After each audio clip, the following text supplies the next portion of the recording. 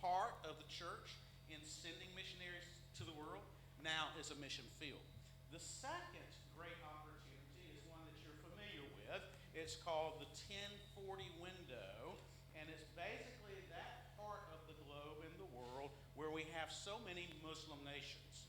And so the second great opportunity is to reach Muslim nations, to seek to reach them with the gospel.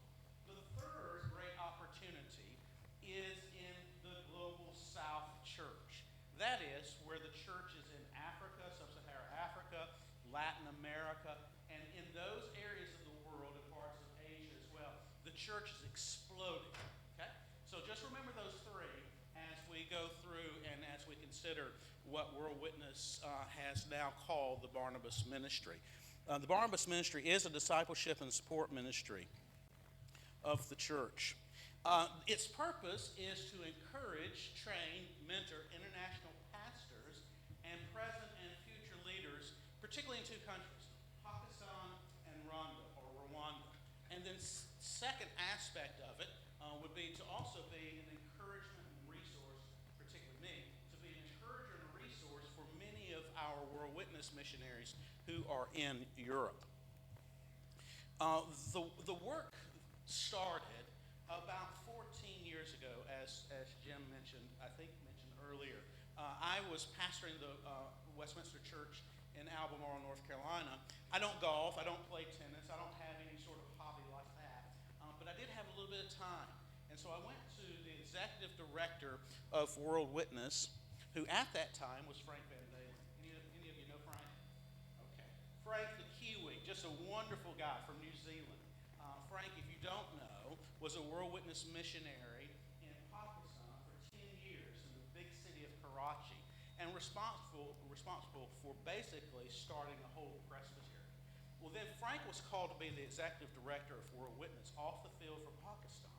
And when he came back, he still had a lot of Pakistani young men who he had been training, mentoring, seeking his advice on various things. And so I go to meet him in Greenville. I said, Frank, is there anything that I could do to assist you? Maybe 3 or 4, 5, 6 hours a week. Is there anything I can do as far as a volunteer basis? I got just the thing. I want you to mentor this Pakistani pastor by the name of Zishan Sadiq. Now, Zishan has great English skills. He can speak fluently. He has a Pakistani theological education. He's a pastor of the ARP church in Pakistan. And we want to give him a richer, deeper theological education. We want him to be able to go through American seminary. And as he does, would you be the liaison between him and that seminary and be his mentor? And we want him not only to have a head knowledge of Christianity, the faith, and of being a pastor, but we also want him to have a heart for implementing that faith in everyday life. And we really need a servant leader. We need a leader in the Church of Pakistan who understands that to serve like Christ means to get down on your knees and wash the feet of disciples. And so I said, sign me up. I'd be happy to. And now God has, through our feeble efforts, he has raised up this young man, Zishan. Zishan has a Master of Arts from Erskine Theological Seminary. He's working on his THM. He pastors a vibrant church, the Bethlehem ARP Church in Sidewall. He's now the clerk or the secretary of the ARP Synod. He also serves on the board of PAC7, which is a multimedia ministry seeking to reach Pakistan in the language of Urdu, TV, satellite TV, online means, various platforms trying to reach Pakistan. He serves on the board of PAC7. That's what I've been doing in the past as a volunteer. What opportunities lie ahead? Well, there are basically 3 opportunities for me, 3 major opportunities.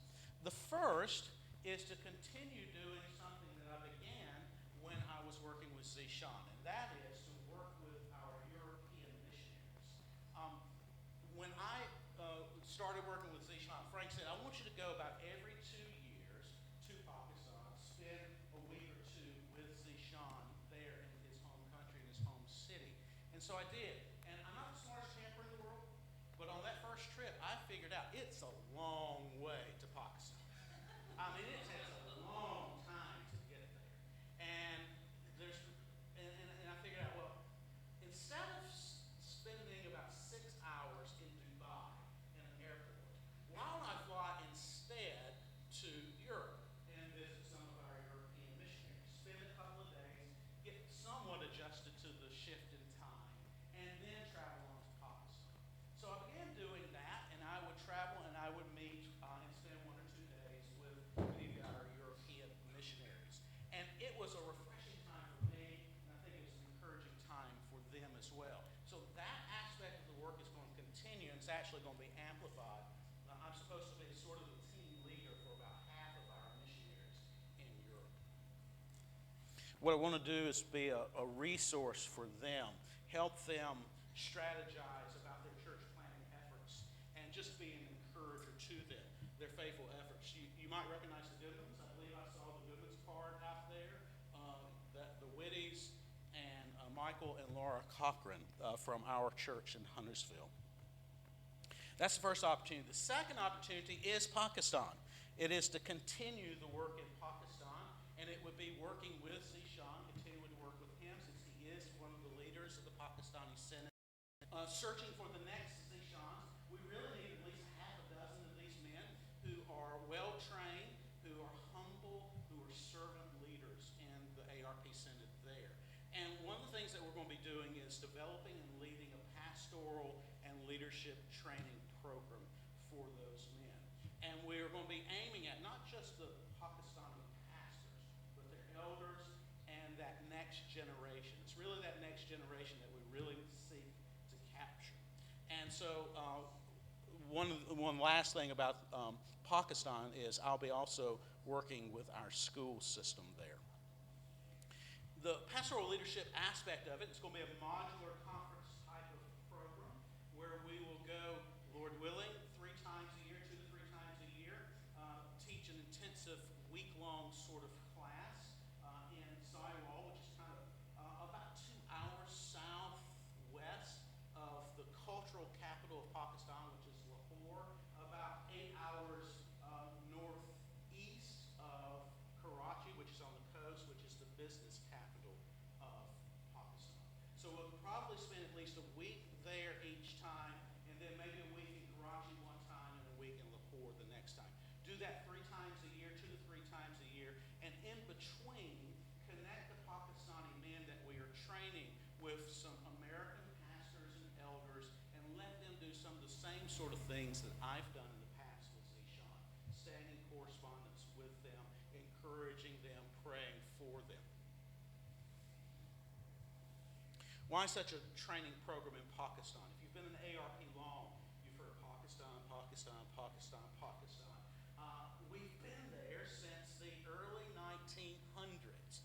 Why do we need to do a training program there? Well, one of the reasons we need to do it is because even though the ARP Synod in Pakistan is 3 times as large as we are, it's still a spiritually young and weak church. And it's a product, and one of the reasons it is, it's a product of a people movement.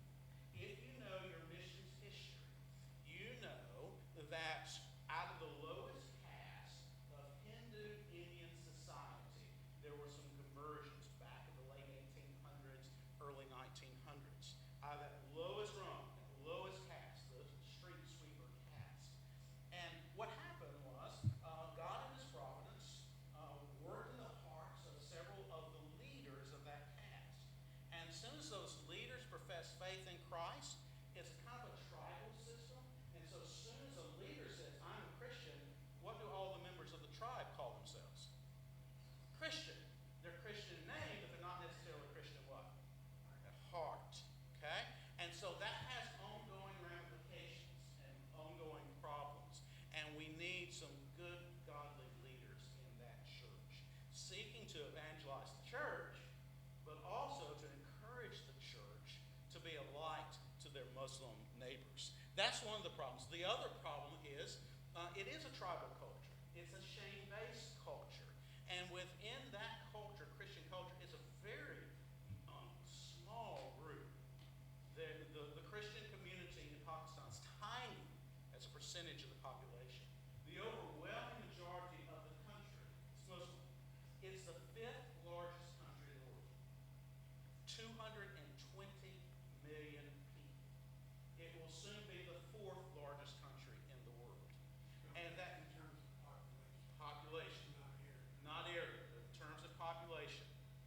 is heading to be the fourth. And the majority is about 98% Muslim. And so the Christian community is very small, and they are influenced, whether they recognize it or not, by the majority culture. And in the majority culture, there is no good model of leadership. The sort of leadership model in a Muslim country is one guy's a real tough guy, and you get into a confrontation with another guy, you back that guy down, and then you're the leader, he's following. And that's the way it works. And so that's all that the Christians see. And so we really do need to train, by God's grace, those men to recognize that's not Christian leadership. That's not serving as Christ calls us to serve. And those are the sorts of leaders we need. So those are some of the reasons. One of the good benefits, though, in Pakistan is that because it used to be a former British colony, or part of a former British colony, there is a high premium placed on education by many there. So we've got a good opportunity. My responsibilities will be to lead and oversee that pastoral training program, recruit teachers for it, professors for it, recruit U.S. and Canadian pastors and other church leaders here to become mentors for young Pakistanis, and then eventually to oversee our school ministry there. We've got at least 3 schools right now, primary and secondary education. The man who is leading that, overseeing that from the United States is Mike Yarman. He's a retired chaplain, and he wants to retire again. So once he retires again, then we'll be looking to me to provide some oversight from the U.S. Those are some of the ones we're actually trying to reach. Those are some of the children in one of our schools in Pakistan. And what we want is to raise up men who will be their pastors and lead them well. While Pakistan is still open, it's an amazingly strategic field. And again, as ARPs, we've heard Pakistan, Pakistan, Pakistan for years. And sometimes I think we can get a bit jaded to that and fail to recognize we have this amazing opportunity to minister in a Muslim majority country. We have favor in Siwa. We've got a hospital, we've got these schools, and we've got a Christian community to minister to. And so not too many Reformed denominations have that sort of opportunity and that place. We do. And so we should be grateful for it. And what's the old line? We make hay while the sun is shining. And while Pakistan's still open to us, we really need to pour in time and resources. That's the second opportunity. But it's the third opportunity that really has got me going these days, and it's the newest opportunity for World Witness. And I'm calling it Opportunity Rwanda. Now, we typically say Rwanda, right? And then we've got the name Rwanda. I think the pronunciation is somewhere in between. We've got a Ugandan in our congregation in Huntersville. Every time I try to say an African word, she just shakes her head. Or she laughs at me. So I'll sometimes say Rwanda, sometimes it'll be Rwanda. It's somewhere in between. I like going there because you can't see it in the picture. It's kind of hard to see. I'm standing on ground level. The men beside me are on 1 or 2 steps. I'm a short guy, but in Rwanda, I'm tall. That's myself and the Cottons, Sam and Martha Margaret and Alex Pettit, with some men and their some wives in a rural area of Rwanda. What's the opportunity? Well, it's an exciting project that's been approved by the Board of World Witness with the potential to train up to thousands of pastors, not just by ourselves, but in conjunction with other agencies and other missionaries, particularly working with MT3. Any of you familiar with MT3? Mobile Theological Training Team is a group of professor missionaries who work for World Witness and travel the world teaching in various colleges and seminaries. And so we would be using men like David Galetta and Justin Breaky. And we'd also be working in conjunction with other mission agencies, as well as, at least initially, with a school called the Trinity Center for World Missions. Let me just give you a snapshot of why we should be interested not only in Rwanda, but in Africa. if the trajectory continues the way it's going, it is estimated that 4 out of every 10 Christians in the world will live south of the Sahara. In sub-Saharan Africa, 40% of the Church of Christ will be in Africa. That's amazing. And think about what's happening in the West. Think about what's happening to the church in the United States. Think about what has already happened to the church in Europe. In the West, the church is facing more and more opposition, right? In some places, persecution. And the church is being winnowed. And the church in the West is getting a little smaller. Well, while that's happening, what's happening to the church in Africa? It's exploding. I mean, tremendous growth. This last statistic, in the next 40 years, it is estimated that the Church of the Lord Jesus Christ will not grow by 750,000. It will grow by 750 million.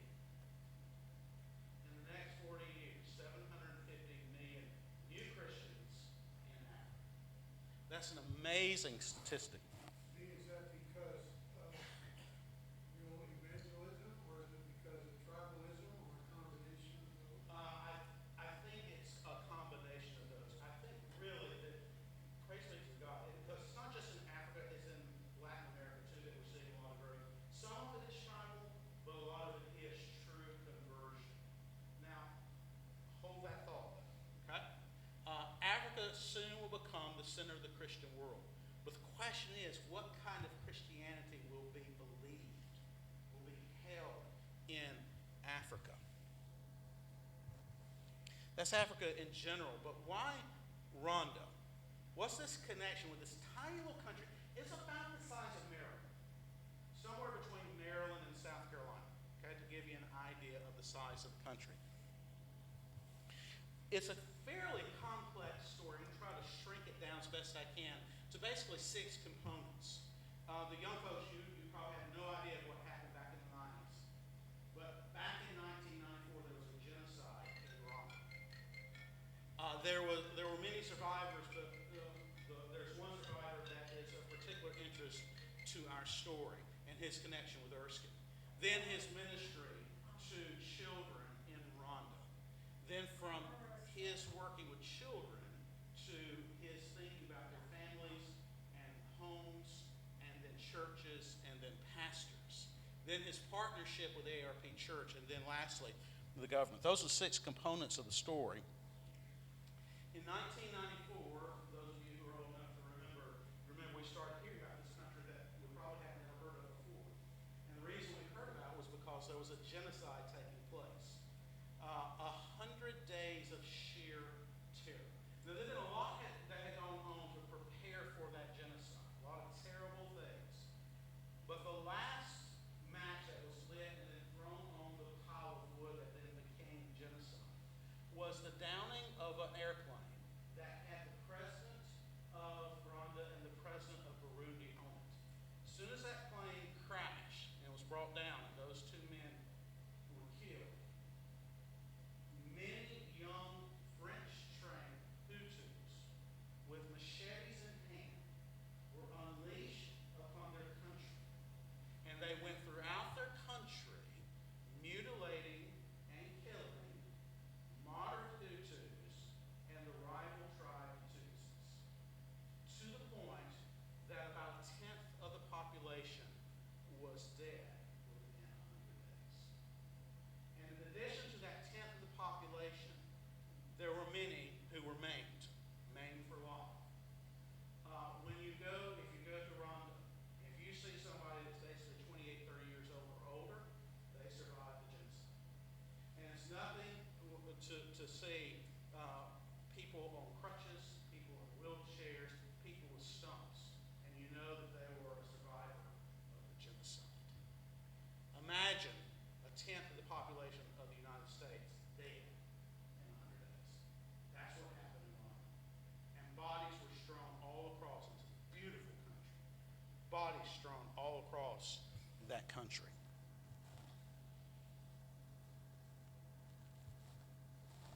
There was one survivor. He was, I can't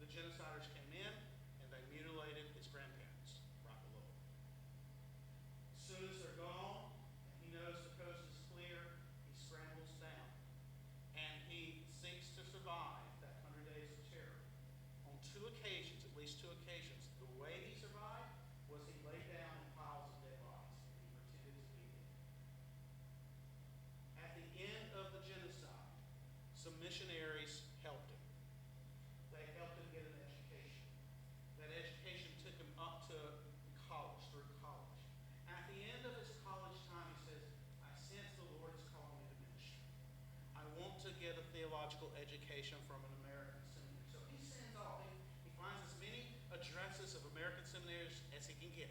And he sends letters to all of them. Only one responded. Anybody got a guess as to what seminary responded to him?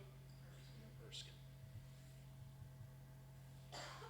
He got his education at Erskine. Erskine said, Benjamin, come. We're going to bring you, we're going to give you this education. Now, if you're from a third world country, particularly if you were Benjamin, and particularly you had gone through that genocide, if you came to due west,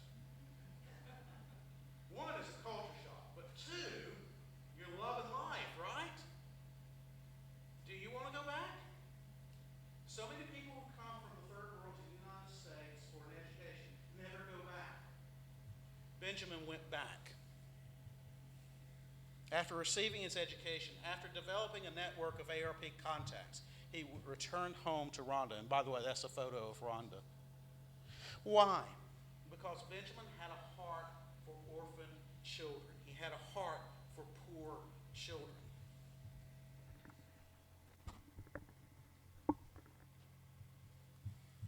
And so he starts this ministry called Reach the Children of Rwanda International. He started in Kigali. He opened up his home to what we would call street urchins. And so he just opened up his home, and these orphans and little children would start coming, and he's just got a great heart for children, and so he was sort of like a magnet to them.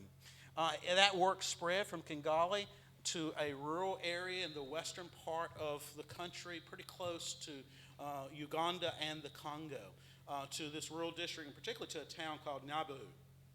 Nabahu had been a UN refugee camp that had turned into a village.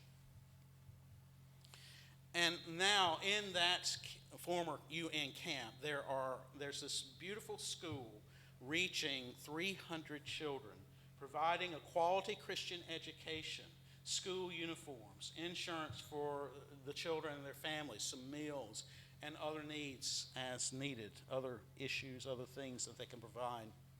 So that's genocide, that's a survivor in Erskine, that's a ministry to children. How do you go from a ministry to children to pastoral training?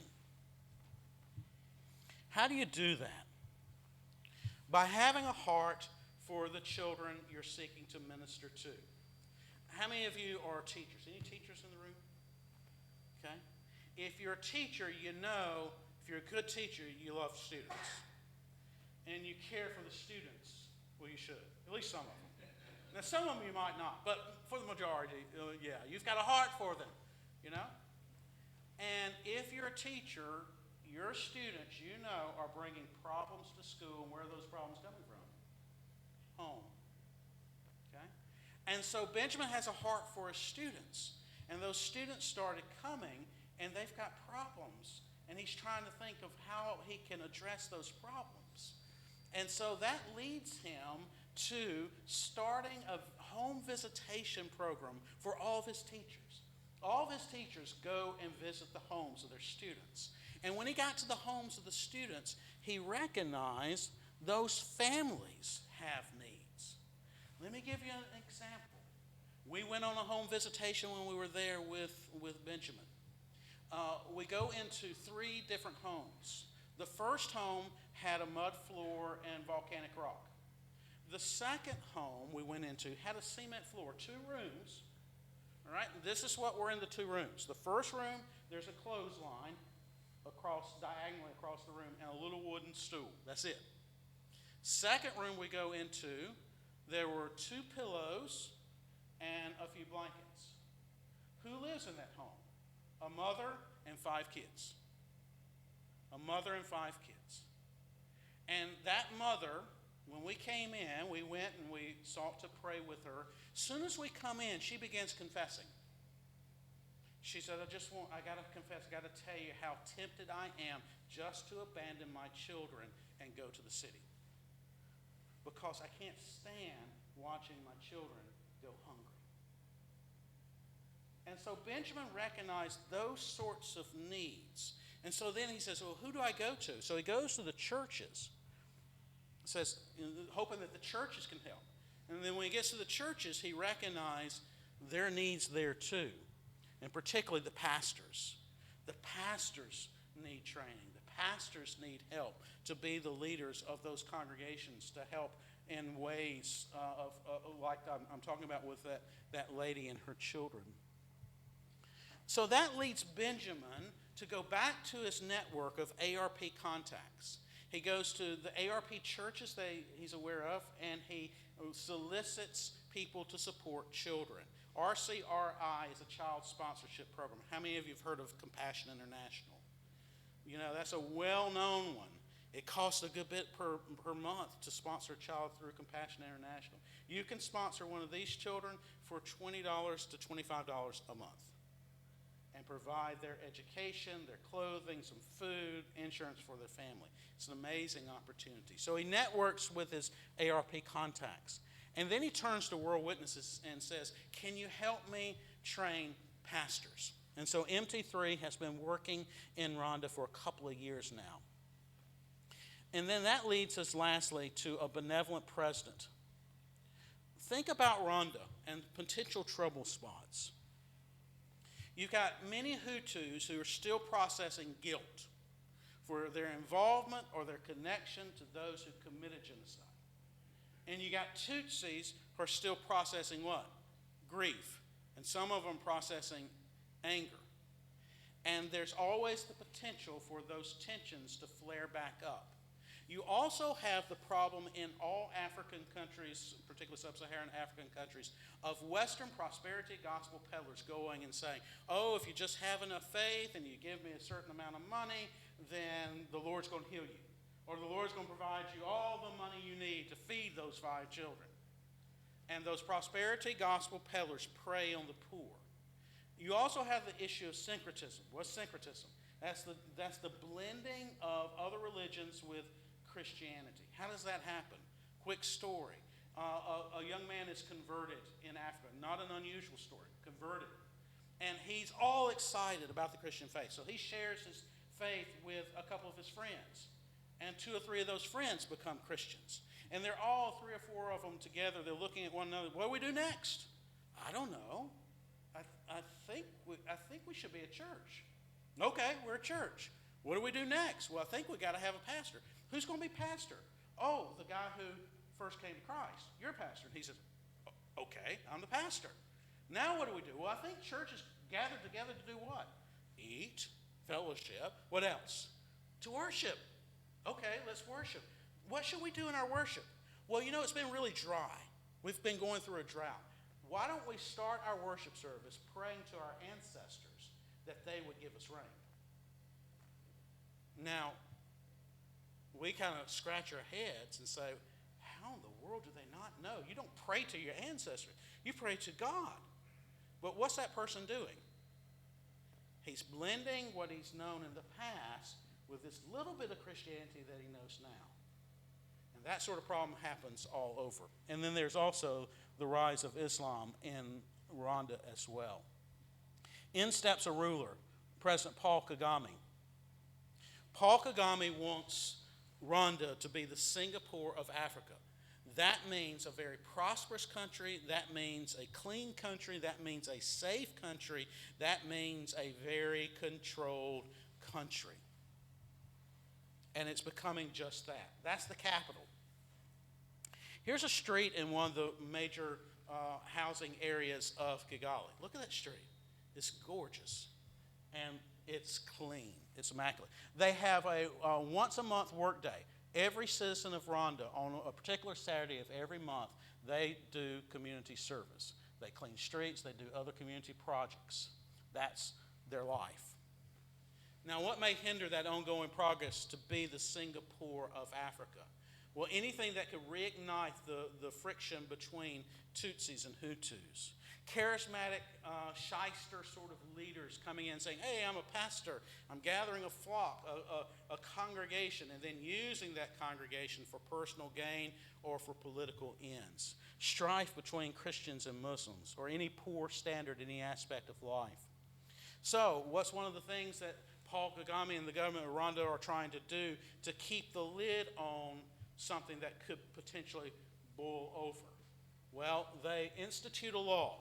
that by 2023, all pastors must have a degree from an accredited, recognized undergraduate institution in order to remain pastors. What are the ramifications, repercussions? Well, thousands of pastors will be out of a job and their churches closed. Because many of these pastors don't even have a primary education, much less a secondary or a college education. Thousands of pastors and churches are reaching out for help. To respond to this need, World Witness is, and the ongoing need in Pakistan, they have approved the Barnabas ministry, this new field. My role in the new field will be to encourage those who are working on the field, like the Cottons and other World Witness missionaries, to oversee the training programs both in Rwanda and in Pakistan. I'll also be promoting the work, like coming to Scots Kirk and talking about it, and also recruiting people to work, and I'll be a part of the teaching and mentoring teams. Now, how can individuals and churches and presbyteries help? This shouldn't be a surprise by being a Barnabas. You can be a Barnabas too. Barnabas means what? Son of encouragement. Okay? Encourage through your prayers and support. All pastors and all missionaries say, what's the first thing that we want you to do? We want you to pray. And sometimes you think, okay, yeah, that's what they all say. Well, I'm saying it, and I mean it. I want you to notice this quote. Hopefully you can read it. It's an old quote from John Bunyan. You can do more than pray after you've prayed, but you cannot do more than pray until you've prayed. So I'm asking Scots Kirk from this evening forward, please pray for myself, my wife, the Barnabas ministry, these opportunities to minister to our missionaries, to seek to train leaders in Pakistan and Rwanda. Also, we're looking for support, of course. Support us through knowledge and service and finances. Sign up for the Barnabas Ministry newsletter. If you go out the doors, I think of the sign-up sheets on the right. You can fill that out, and I would love to add you to the list.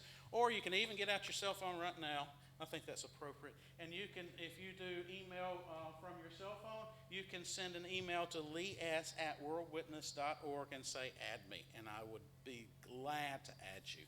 If you're on Facebook, and some of you are on Facebook and you don't like to admit it, but if you're on Facebook, and the kids are no longer on Facebook because that's for old folks, right? So I don't have anything on Instagram or Snapchat, sorry. But I do have something on Facebook. If you want to receive regular updates about this ministry, you can just send me a friend request, and I will approve it, and I will send you an invitation. Service, consider short-term mission trips. We've got the Cochrans in England. We've got the Goodmans in Wales. We've got the Whitties and the Bonias and the Kings in Spain. We've got the Van Dalens in Lithuania. You can always gather a group and go and do a short-term mission trip there. You could also go and do a short-term mission trip to Rwanda and help reach the children of Rwanda International. And then, of course, financial support. Not only for the Shelnutts, but we'll have program costs both in Pakistan and Rwanda. And I would most definitely be honored if y'all. I was doing this presentation in the Northeast Presbytery, and I remember this slide, and I said, well, I'm going to have to translate for y'all. I know y'all don't use y'all. So you guys, if I would be honored if you guys would support and partner with me in these three strategic kingdom opportunities. Post-Christian Europe, a Muslim majority country, fifth largest right now in the world, and in the heart of the future of the church of the Lord Jesus Christ. One new field, the Barnabas Ministry, discipleship ministry, and pastoral training, Pakistan and Rwanda. And let me go back to Africa because this captures my imagination. In 1910, only 1.4% of the church lived in sub-Saharan Africa. In 2010, fast forward 100 years, 23.6% lived in sub-Saharan Africa. What did I say by 2060? 40%. right? The decline of the church in the West is being offset by the growth of the church in Africa. And so in many ways, if you can see her, when you look at her, you're looking at a portrait of the future of the church of the Lord Jesus Christ. So I ask for you to prayerfully consider helping her. And I can put you in contact, or helping people, children like her. I can put you in contact with Reach the Children of Rwanda International. Help her and help me train her pastor. Would love to have 45 plus monthly contributors, 30 plus, and we've got over 30 annual contributors. Would love to have over 12 churches contributing monthly and over 5 annually. And I would welcome Scots Kirk to partner with the Barnabas Ministry of World Witness, seeking to reach and bless our missionaries at work in Europe, seeking to train Pakistani Christian leaders, and seeking to train Rwandan Christian leaders. Let me pray for us. Father, thank you for my brothers and sisters in Christ and this opportunity to be with them in Scots Kirk this evening.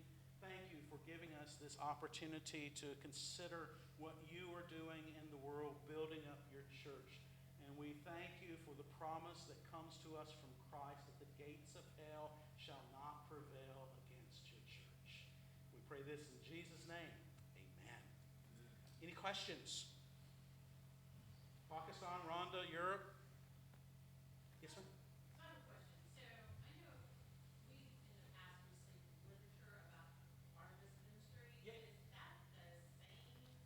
If it is from World Witness, there are various Barnabas ministries out there. This is the Barnabas Ministry of World Witness. If you receive it from World Witness, that was my volunteer work in the past. Okay. And now my volunteer work is now a new field for World Witness. Okay. Others? Yes, sir. Yeah, I'm always confused, what do we mean by non-bridge church? Oh, good. I just skated right over that. We've got 2 groups of missionaries in Europe. We've got what's called Bridge Europe, and then we've got our general European missionaries. The Bridge Europe missionaries, their target is the Muslim refugees and immigrants in Europe. They're seeking to share the gospel with people from Syria, Turkey, other countries. And they're seeking to be a bridge between those Muslims and the church. The ones I'll be working with are all the others. So people like the Cochrans, the Goodmans, the Van Dalens, the Kings, the Bonias, and the Whitties. And we got some more going, particularly to England, probably in the next couple of years. Others? Rebecca has been in the general European. She's transferring over to Bridge Europe. She's going to be working with the Thomases and the Allers. Basically in Basel, there in Switzerland, right? Basically where Switzerland, Germany, and France come together. There's a Turkish congregation that Joshua is going to pastor, and so it's a great opportunity. Others? Okay. Jim? Could you comment on the safety of Rwanda, for yourself or short-term mission? Yeah. Would love to. Kagame wants the country to be safe. My mom, you know how moms are? They're scared about their sons going anywhere that might seem dangerous, and Africa just kind of seems exotic and dangerous. And when I told her that I was going in May, she said, I don't want you to go. It's dangerous. And I said, Mom, if you look at the crime statistics for Kigali, the capital city of Rwanda, and you look at the crime statistics for Noonan, Georgia, where you live, it's safer for me to go to Africa than to Noonan, Georgia. Very safe. I felt no sense of danger. I've been in Pakistan. I wouldn't say that about Pakistan. It's tougher. So I wouldn't encourage short-term mission teams to go to Pakistan. But Rwanda, yes. Food's good. It's beautiful. It's a fairly moderate climate because it's mountainous. It's a pretty neat opportunity. So you're saying it's like Clark? Yeah, sort of like the Bon Clarkin of Africa. Okay. Yes. You say that in Synod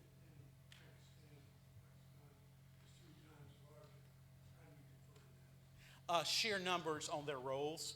Like they would have like 90,000 members where we're around 30,000. But again, it's our chief is a Christian, we're a Christian. Now, I'm not trying to diminish. There are true believers in the ARP church, but there's some issues. There are 4 presbyteries, and in those 4 presbyteries, I'm thinking there's probably around 75, 80 churches. Their churches tend to be larger individual churches than our churches would be. We've got more than 200 or so. Ours tend to be, on average, smaller. Others? I can go all night if y'all want to. All right. Thank y'all so much. Thank you, Jim. Thank you, Missions Committee, for this opportunity. Lord bless y'all and keep you.